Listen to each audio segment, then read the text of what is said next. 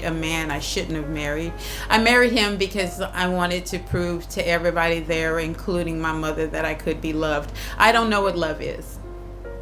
I know that at the age of 17, I got pregnant. And at the age of 18, my mother, who left the only man I ever did think was love, which was my father, she allowed her new husband to kick me and my 6-month-old baby out the house at the age of 18. Tried going to college, kept getting drunk, runs in the family. Always walking around with my hands balled up, ready to fight. Just realizing that a man was loving me was actually him loving what I gave him, which was money, sex when he wanted it, until I got too fat for him. So he said I was unattractive, and divorced him because he wasn't there for me. I was close to a stroke at school. I've been a teacher this is my 14th year of teaching English Lit. I have taught 6th grade up to college.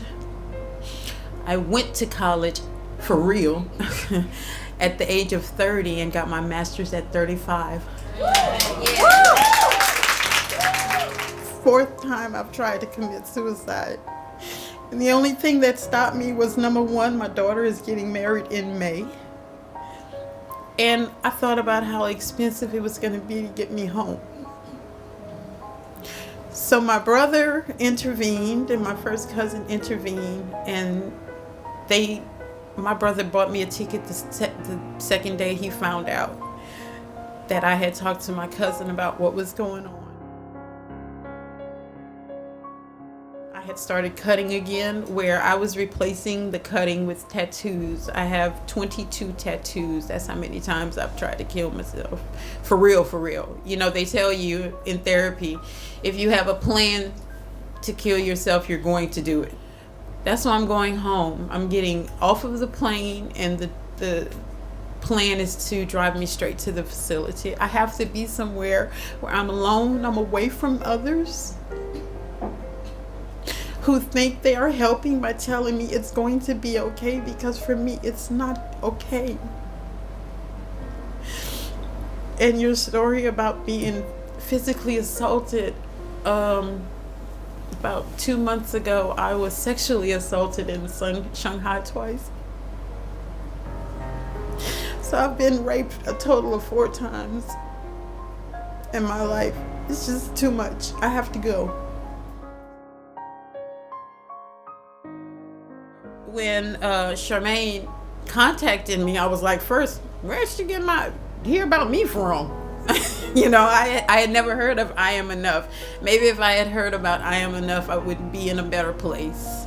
But I'm in a toxic school. I'm in a toxic environment. I had a white man from South Africa call me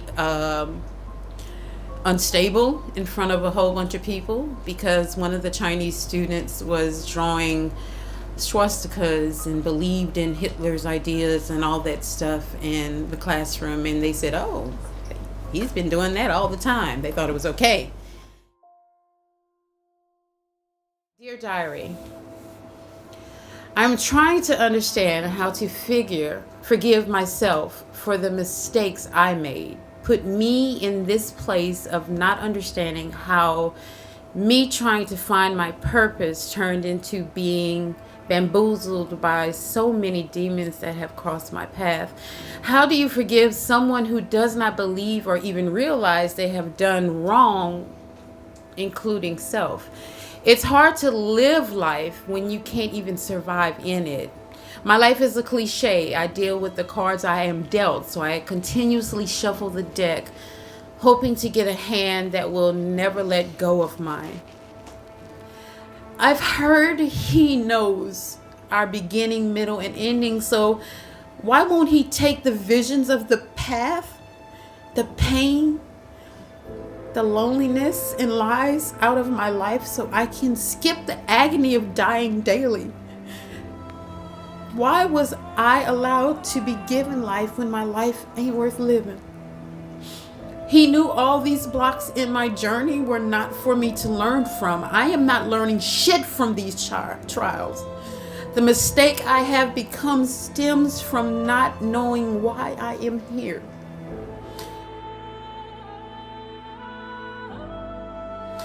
At the age of 45, my mother told me she gave up on me a long, long time ago. That I need to stop thinking about what I think happened in the past and forgive myself for allowing myself to continue to suffer. Wow. I guess that's why I've been here for almost 2 years and I've only heard from her twice. I am learning that I am not as strong as others believe, that Queen is a persona that reveals herself when she sees the real me can't take any more of the fake life I am forced to portray. Every day I know that I will wake up crying, not shower. Don't eat. Cry some more as I struggle to find beauty in the mirror as I brush my teeth, sit at my desk, look at pics, revisiting the people who love me, hate me, left me, blocked me because my illness is too much for them. Teach with pride and passion. Trouble don't last forever, but I long for a day when there is not a bit of trouble around me, within me, is me. I sweep the ideas of my dreams into the ashes of my phoenix that rose and burned again, knowing that when she rises, the dreams will return to my thoughts. I have passions that keeps me going. Passion for words, passion for being loved, passion for staying alive long enough to not have to depend on pills to keep me sane, passion to learn how to break the binds of this gift called bipolar, which lets me experience depression and mania and anxiety at the damn same time. Gifts that if I take enough pills, I can walk around and don't feel shit. Gifts that when the man I thought was my forever left me 3 times for his ex and became so filled with rage, I forgot his deception and found false compassion by turning him into moments. I am trying to define me, trying to find a place in life where I am meant to be, but I do know this, I'm tired. So tired of trying to be who I am supposed to be, trying to find the right mask to wear to hide the damage I allowed to be done to my dying soul. My weakness stops me from not reliving the storylines of rape, physical abuse, abandonment, mental illness, lies, and being alone. I want to be heard, so I put my drama in poetry. I want to be understood, so I speak my truth and with expectations of understanding from others. I want to find my purpose, so I share my experiences with others who struggle, because there is a chance they will find help from my fails. All I know is that when she is revealed and I realize who she is, the first thing I will say to her is, I am enough and I am worth it.